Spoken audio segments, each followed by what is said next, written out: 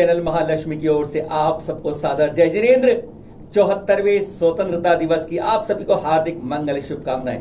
कहते हैं इसी दिन हमारी भारत माता, हमारा भारतवर्ष आजाद हुआ था, इसी दिन गुलामी की बेड़ियों से।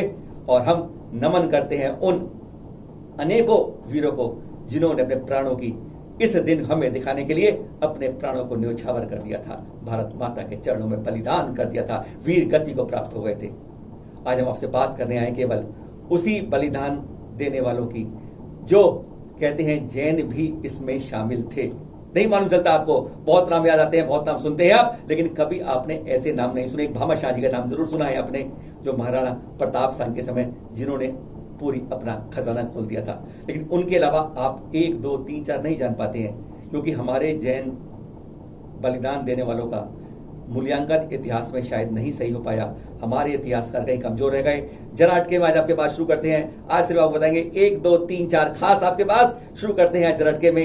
यही उन सबको नमन करते हुए आज की खास यह पेशकश। आज़ादी के आंदोलन में ना जात ना पात का भेद था, ना छोटे का ना बड़े का, ना अमीर का ना गरीब का, ना ऊंच का ना नीच का, बस एक ही पक्ष लक्ष्य था, हमें भारत माता को आज़ाद कराना है। मर जाएंगे मिट जाएंगे पर आज़ादी लेकर ही रहेंगे। राष्ट्रीय आंदोलन में जैन समाज ने भी बढ़ चढ़कर हिस्सा लिया था। कुछ फांसी के फंदे पर झूल गए तो कुछ को गोलियों का शिकार होना पड़ा। कुछ ने जेल की कठोर यातनाएं सही तो कई परिवार विहीन हो गए। कहना गलत ना होगा कि फांसी के फंदे और गोलियों की बौछार उन्हें भयभीत नहीं कर सकी। जेल की दीवारें उन्हें कमजोर नहीं कर सकी। जंजीरें उनके मजबूत इरादों को बांध नहीं सकी। अंग्रेजी डंडों ने पीठ या शरीर को जरूर लहूलुहान कर दिया, पर इरादे नहीं कुचल सके। परिवार विहीन हो गए पर मंजिल पर बढ़ने से विचलित नहीं कर सके। ऐसे ही वीर गति पाने वाले से मिलाते हैं आपको करोड़पति सेठ जैन जो थे, लटका दिया कोठी के सामने फांसी पर। शुरुआत करते हैं इस तस्वीर के साथ, जिसमें करोड़पति सेठ हुकुमचंद जैन के वंशज उनकी तस्वीर लिए बैठे हैं। 1816 में हरियाणा के हाँसी, जो अब हिसार के नाम से जाना जा रहा है, यहाँ जन्मे। और 1841 में मुगल बादशाह बहादुर शाह जफर ने आपको हाँसी और करनाल इलाके का प्रबंधकर्ता और कानून को नियुक्त किया था। अंग्रेजों ने जब हरियाणा पर कब्जा कर लिया तो आप तब भी कानून को रहे, पर अंग्रेजों के खिलाफ बाजुएं आपकी फड़कने लगी। 1857 में जब पहले इस स्वतंत्रता संग्राम का बिगुल बजा तो दिल्ली के उस सम्मेलन में तात्या टोपे के साथ आप भी थे। आपने बादशाह जफर को अंग्रेजों के विरुद्ध युद्ध करने के इरादे को बताया तो बादशाह ने आश्वासन दिया कि तुम युद्ध शुरू करो, मैं वहां गोला बारूद और हर तरह की सामग्री पहुंचा दूंगा। और फिर आप हाँसी पहुंच गए। देशभक्तों की एक सेना बना ली, और जब अंग्रेजों की भारी भरकम सेना दिल्ली की ओर कूच कर रही थी तो उसके सामने आप जैसे चंदवीर ही लेकर आप उनके सामने दीवार बनकर खड़े हो गए। अंग्रेजों का खूब नुकसान हुआ, पर जरा सी वीर और थोड़े से गोला बारूद से कब तक लड़ते। उधर बादशाह से कोई सहायता नहीं आई। इनके कारण अनेक साथी इनके शहीद हो गए। उन्होंने इससे पूर्व अपने साथी मिर्जा मुनीर बेग के साथ मिलकर फारसी भाषा में खून से एक पत्र अंग्रेजों के विरुद्ध लिखा था, जो बादशाह जफर को भेजा था। बस दिल्ली में 15 नवंबर को जब बादशाह की जो फाइलें थी उसमें वह पत्र दिख गया अंग्रेजों को, तो हाँसी के विद्रोह के नेता के रूप में आपका नाम खुल गया। फिर क्या था, कलेक्टर सैनिकों को लेकर टोली लेकर हाँसी पहुंच गया और आपको 13 साल के भतीजे के साथ जो फकीर चंद थे उनको गिरफ्तार कर लिया। वैसे तो उस बालक का कुछ कसूर या कुछ उसे पता तक नहीं था। 2 महीने में 18 जनवरी 1858 को हिसार के मजिस्ट्रेट जॉन एकिंसन ने आपको फांसी की सजा सुना दी और भतीजे को पर रिहा कर दिया गया अदालत द्वारा। अगले ही दिन 19 जनवरी को आपकी ही कोठी के सामने आपको फांसी पर लटका दिया। पर क्रूरता और बर्बरता की इंतहा तो देखिए कि उस अदालत ने बरी बालक को भी यहाँ पर पुलिस ने, उन अंग्रेजों ने फांसी के तख्ते पर लटका दिया। उनकी यही कोठी 9000 एकड़ जमीन थी। 9000 एकड़ जमीन, 400 तोले सोना, 3300 तोले चांदी, 1300 चांदी के सिक्के, 107 मोहरे आदि पता नहीं कितनी बेशुमार संपत्ति थी, जिसे कोड़िए के भाव नीलाम कर दिया गया। और फिर यही लाला हुकुमचंद जैन पार्क नगर पालिका हाँसी ने उनके 103 वर्ष बाद 22 जनवरी 1961 को बनाकर उनकी स्मृति को इतिहास में चिर अंकित कर दिया। इसमें सेठ लाला हुकुमचंद जैन की आदमकद प्रतिमा लगी हुई है। अगली जानकारी है इनकी। 3 दिन लटकाए रखा फांसी के बाद शव को, खूब लड़ी मर्दानी वह तो झांसी वाली रानी थी। यह तो आपने बचपन में खूब पढ़ लिया है। पर उस क्रांतिकारी सेना की सहायता करने वाले और लक्ष्मीबाई रानी को वीर गति के 4 दिन बाद फांसी के तख्ते पर लटकाए जाने वाले जैन धर्म के अनुयायी अमर शहीद अमरचंद बंटिया के बारे में आप नहीं जानते होंगे। गंगा जली के खजांची पर सुशोभित बंटिया जी को 1 पैसा भी वहां लेना राजकोष से पाप समझते थे। रोजाना मुनियों के प्रवचन सुनना, पूजा पाठ आदि करके बंटिया जी एक सन्यासी ने उनको एक बार बताया कि 700 बंगाली सैनिकों की एक रेजिमेंट को अंग्रेजों अफसरों ने गोलियों से भून दिया है। क्यों? सिर्फ इसलिए कि उन्हें मालूम है कि गाय हमारी माता है और उनके पुत्र बैल पर चढ़कर वे लड़ने नहीं जाएंगे। और वहीं पर चर्बी लगे कारतूसों को मुंह से ना खोलने पर हजारों निरपराध भारतीय सैनिकों को मौत के घाट उतार दिया था अंग्रेजों ने। बस यह सुनकर धर्मप्रेमी बंटिया जी का अंग्रेजों के खिलाफ खून खोलने लगा। तब ग्वालियर में रानी लक्ष्मीबाई और तात्या टोपे ग्वालियर रण क्षेत्र में अंग्रेजों का मुकाबला कर रहे थे। पर तब उनकी सेना के लिए मदद करने के लिए जो विद्रोही सैनिक आए थे उनको महीनों से वेतन नहीं मिला था। परिवारों के सामने उनके राशन पानी का संकट था। तब 1 पैसा आज तक न लेने वाले बंटिया जी ने तब अपनी जान की परवाह न करते हुए क्रांतिकारियों की मदद की और रानी लक्ष्मीबाई का संकेत पाकर खजाने को अंग्रेजों की विद्रोही सैनिका के हवाले कर दिया और उनको 5-5 महीने का वेतन तुरंत दे दिया।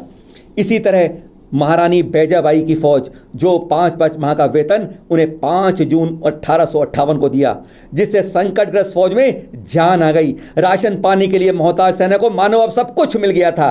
निश्चय ही इसके बिना सैनिकों की क्षमता, साहस, उत्साह में कमी आ जाती और रानी लक्ष्मीबाई तात्या टोपे का संघर्ष जारी रखना मुश्किल हो जाता।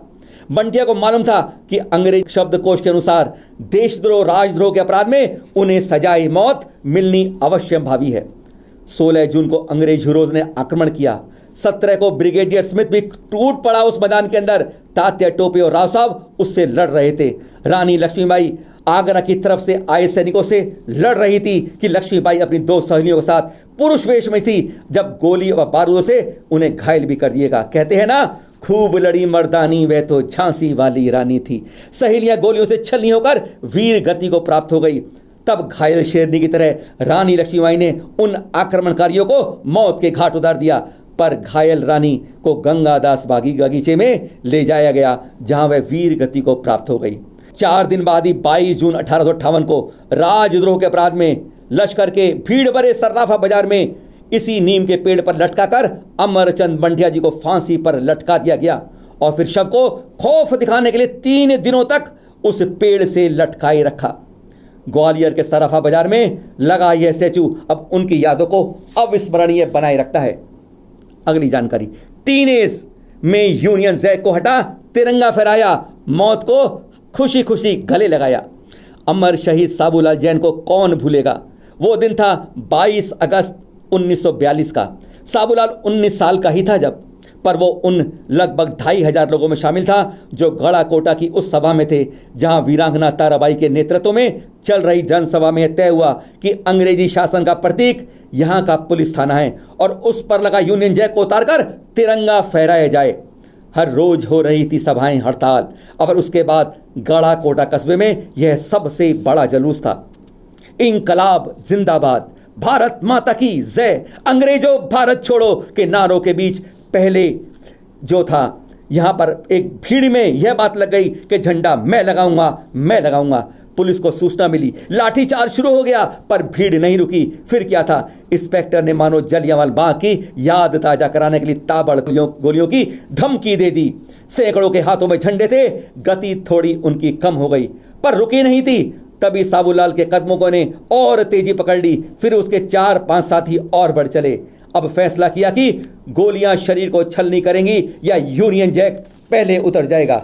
इधर गोलियां चली, उधर यूनियन जैक उतारकर तिरंगा फहरा दिया गया। गोलियों से साबूलाल शहीद हो गए। सागर के गड़ाकोटा में उनका स्मारक बना गया। इस संबंध में मध्य प्रदेश के स्वतंत्रता संग्राम सैनिक के भाग 2 के पेज 6 पर लिखा है कि पूरे सागर में कोई दुर्घटना नहीं घटी, पर जिले के छोटे कस्बे गड़ाकोटे में गोली कांड हो गया और एक छात्र शहीद हो गया। गुजरात की 7वीं की हिंदी की पुस्तक आज़ादी की राह में साबूलाल पर एक पाठ भी दिया गया है। और एक और जानकारी, मेरा सीना तैयार है, मार दो गोली, और गोलियां सीना पार कर गई। दिन था 15 अगस्त का ही। जी हां, आजादी के 1947 से 5 दिन पहले की बात है। मंडला के नर्मदागंज से एक विशाल जुलूस चलने वाला था। उसकी भनक निकलते ही जब मिली जैसे ही, तो एक दिन पहले ही पुलिस ने बर्बरता की चेतावनी देते हुए पूरे इलाके में हवाई फायर कर दहशत पैदा कर दी। पर अगर भगत सिंह चंद्रशेखर आजाद नहीं रुके थे तो हम क्यों रुकेंगे। 20 साल के उदय चंद जैन ने मानो ठान ही लिया था। यह जुलूस जिलाधीश कार्यालय की ओर बढ़ रहा था, पर पुलिस को खबर मिल चुकी थी, तो इसलिए पुलिस ने बर्बरता पूर्वक लाठियों की बरसात शुरू कर दी। लोग भागने लगे। उदय चंद ऊंचे स्थान पर खड़े होकर ललकारने लगे, शांति से प्रदर्शन करते रहो, और भारत मां के तगे नारों से लौटती भीड़ फिर ठिठक गई और रुक गई पीछे होने से। पुलिस ने अब उदय चंद और उसके साथियों पर गोलियां बरसाने की चेतावनी दे दी। फिर क्या था, उदय चंद जैन आगे बढ़ गए, अपनी छाती खोल दी। उन्होंने कमीज को फाड़ते हुए खींचा, बटन टूट गए। केसरिया रंग की आधी बाजू की कमीज से मानो सीना गर्व से अब शोभित हो रहा था। उदय चंद ने पुलिस को ललकारा, गोलियां चला दो, हमारी छाती इसको झेलने को तैयार है। जिलाधीश ने ऑर्डर दे दिया और गोलियां शरीर से आर पार हो गई। वे तो गिर गए, पर तब जो आसमान था भारत माता की जय के गुंजारों से पूरा गुंजायमान हो गया। वे वीर गति को प्राप्त हो गए। जिलाधीश फिर उनके पिता के पास आया कि चुपचाप उदयचंद का दाह संस्कार कर दो, किसी को पता नहीं चलना चाहिए। पर क्रांति का बुगल जो उदय ने छेड़ा था वो अब हर के दिल में गुंजायमान था। शव यात्रा जुलूस के साथ निकलेगी। पुलिस ने फिर कड़ा बंदोबस्त कर लिया। 12,000 का कस्बा अब मानो पूरा सड़क पर नारे लगाते हुए तिरंगे में लिपटे अमर उदयचंद के शव के पीछे चल रहा था। उनकी कीर्ति को चिरस्थायी बनाने के लिए मांडला के उदय चौक पर त्रिकोणाकार लाल लाट उदय स्तंभ उनकी वीरता की गाथा को अविस्मरणीय आज भी बनाए हुए है। भारत स्वतंत्र हुआ, हम स्वतंत्र हो गए, पर एक सवाल अभी तक अनुत्तरित है कि वास्तव में हम कब स्वतंत्र होंगे। कषायों से मुक्ति कब मिलेगी। शरीर और आत्मा का भेद हम कर पाएंगे। यह आत्मा के शरीर के इस चारों गति के भ्रमण से कब मुक्त हो पाएगी। 84 लाख योनियों में भटकते भटकते कब यह आत्मा भी एक ऊपर चढ़ पाएगी। चिंतन कीजिए इस बारे में, क्योंकि आज इसे पर्युषण शुरू हो गए हैं 3 सितंबर तक। अब कहते हैं तप त्याग तपस्या का समय आ गया है। मिलकर मनाइए यह पर्व, महापर्व, पर्वाधिराज पर्व है ये। और इसको कहते हैं हमारे जीवन में, ये नहीं कि 18 दिन मना लिया, इसको अंगीकार करें जन्म जन्म भर भव भव तक। फिर मिलेंगे आपसे नए एपिसोड में। शेयर जरूर कर लीजिएगा आपके, क्योंकि सभी की जानकारी के लिए है। सादर जय जिनेंद्र।